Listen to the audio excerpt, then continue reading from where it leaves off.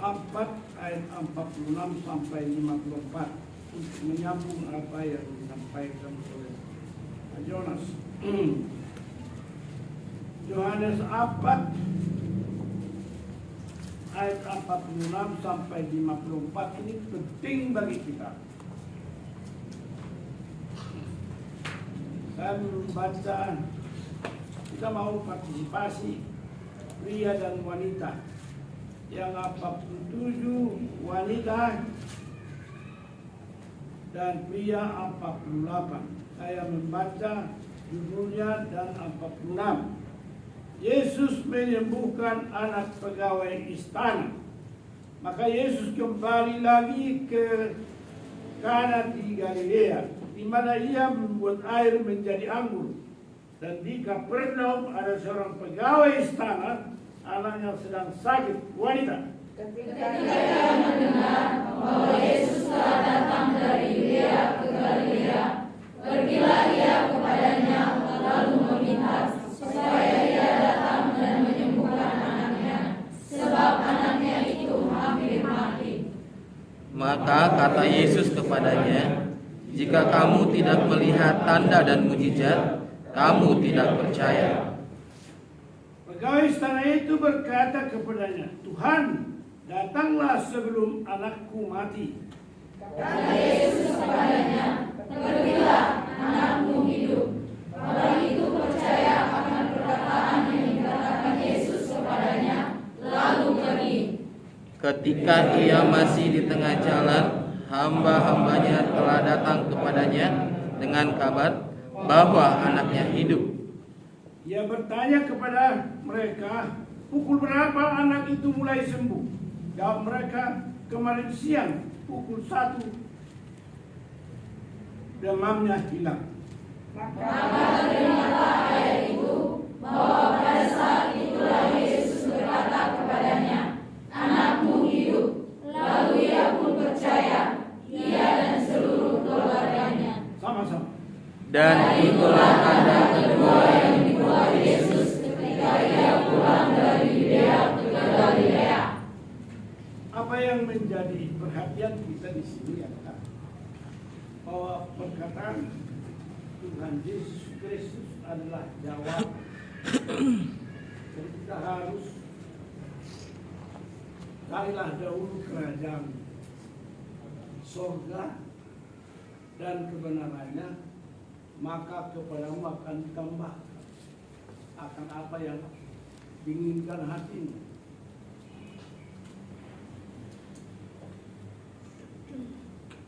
Banyak perkara di dalam kehidupan kita dan kita tidak tahu kenapa terjadi seperti itu. Itu adalah penentuan dari Tuhan.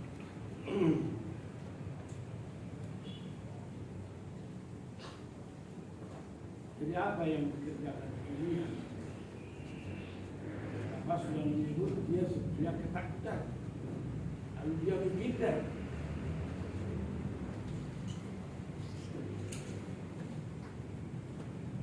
Firman Tuhan dan kita sering bernyanyi, "Jangan kamu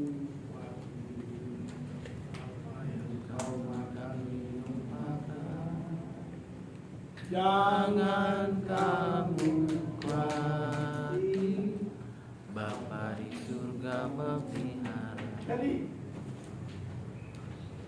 suatu kali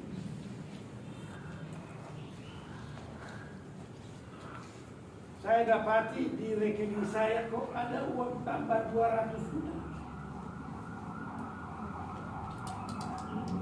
Lalu saya bertanya, ini uang dari mana? Dan saya telusuri memang tidak ada. Tapi kenapa uang itu bisa? Tapi akhirnya saya pergi ke bank, lalu saya berkatakan, kalian kembalikan itu uang, bukan uang saya. Itu bukan uang saya. Tapi tadi malam saya merenungkan Kalau dalam penentuan Tuhan itu bisa terjadi. Karena Dia Maha Kuasa.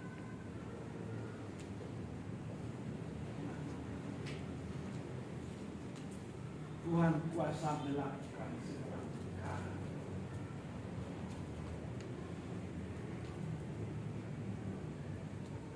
Itu harus kita pegang.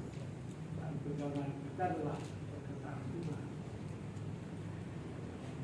Yang hendak kita gali sekarang, kapankah kita beroleh kasih karunia sehingga hal-hal yang mustahil atau mukjizat dapat terjadi? Karena hanya Dia yang kita percaya membuat kuasa mukjizat itu. Nah, itulah yang terjadi pada anak pegawai istana ini.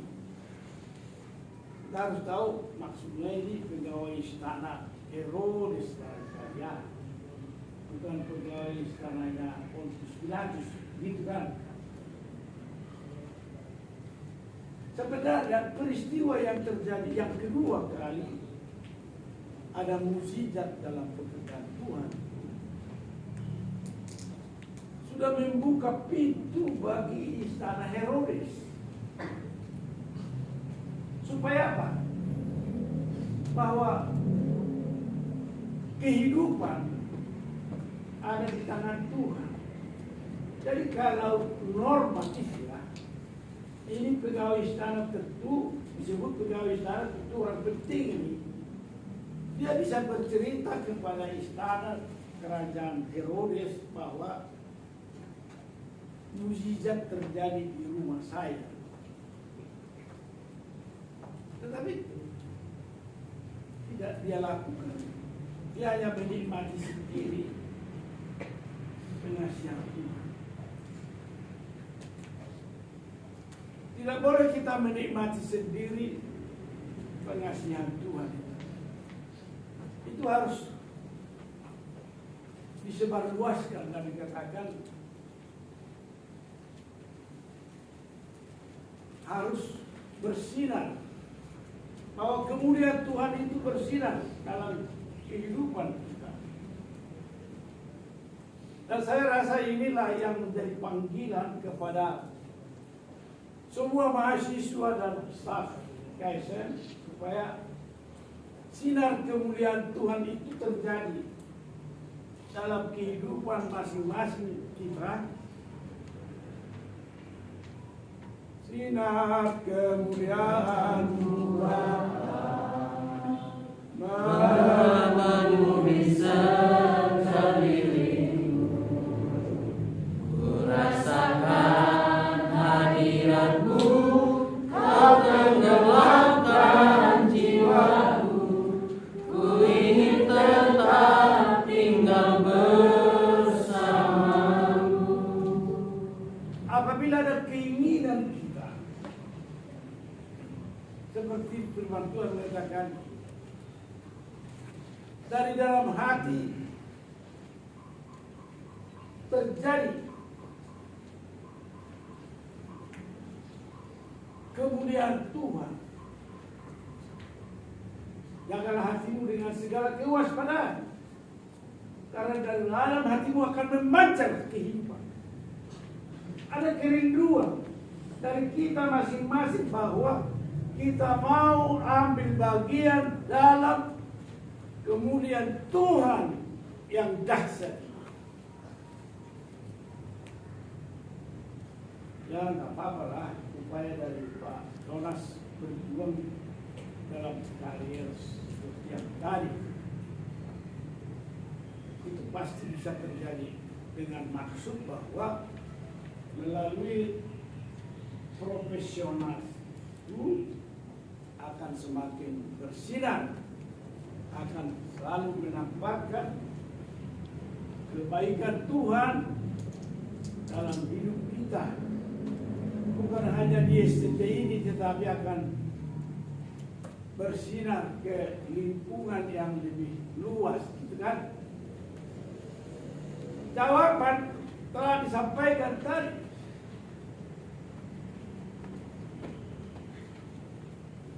Percakapan Tuhan dengan pegawai istana itu, Tuhan mengetahui apa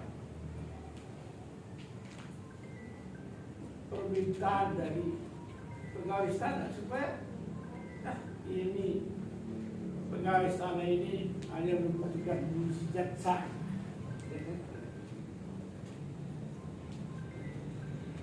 Dan memang tidak perlu Tuhan harus hadir ke rumah kepala pejabat istana, tidak perlu.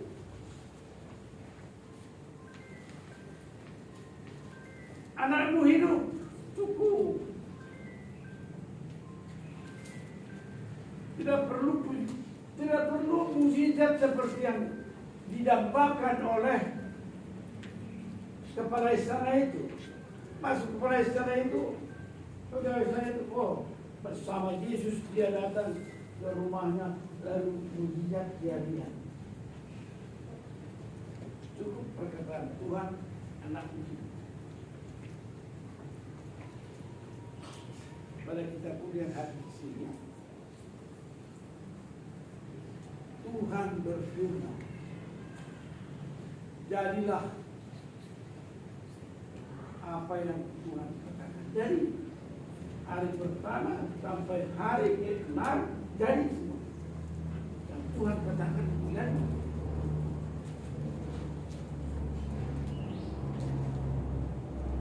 Apa upaya kita supaya jadi? Apa yang kita dapatkan?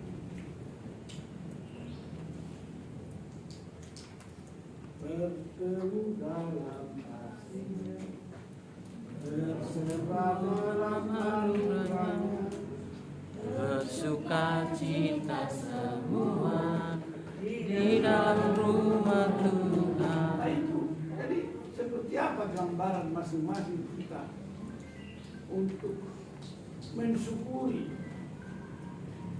apa yang sudah ada sekarang. Mensyukuri. Dapatkah kita mensyukuri keadaan kita yang dalam kekuatan masing-masing, dalam keadaan terbatas? Atau kalau kita tanyakan sekarang kepada Bernike, apa yang terjadi pada Bernike? Kalau tidak punya istri yang bernafas lagi, masih punya istri dia sekarang, dia bernafas.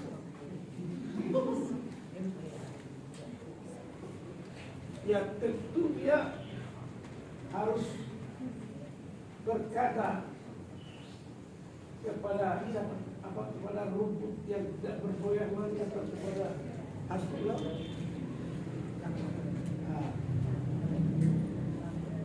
Paling enak kalau kita tunggu dia nanti dia bersaksi. Lalu dia katakan bersyukur.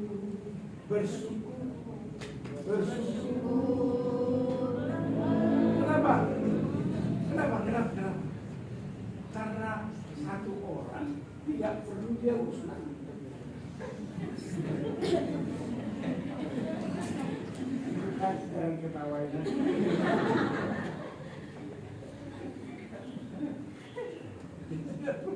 Bersyukur, tapi lebih dari itu,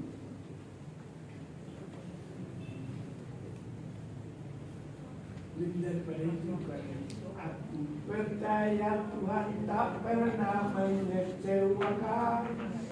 Tuhan Yesus baik.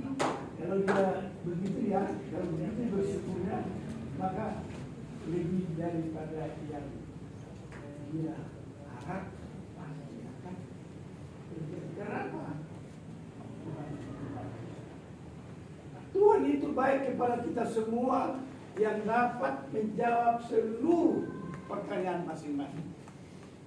yang dapat memberikan apa yang harus kita dambakan yang sebaiknya kita terima. Dan itu pasti, ku pasti dapat lakukan semua. Yesus yang beri kemenangan. Dia pasti. Nah, di dalam keraguan-keraguan pegawai istana itu, dia sama-sama sedikit harap-harap apa dia perkataan Tuhan, anak mungkin dia jalan gonta-ganti atau apa. Tapi ternyata betul anaknya hidup. Pukul berapa? Oh, jam 1 siang. Wah, pas seperti perkataan Tuhan. Tidak beres.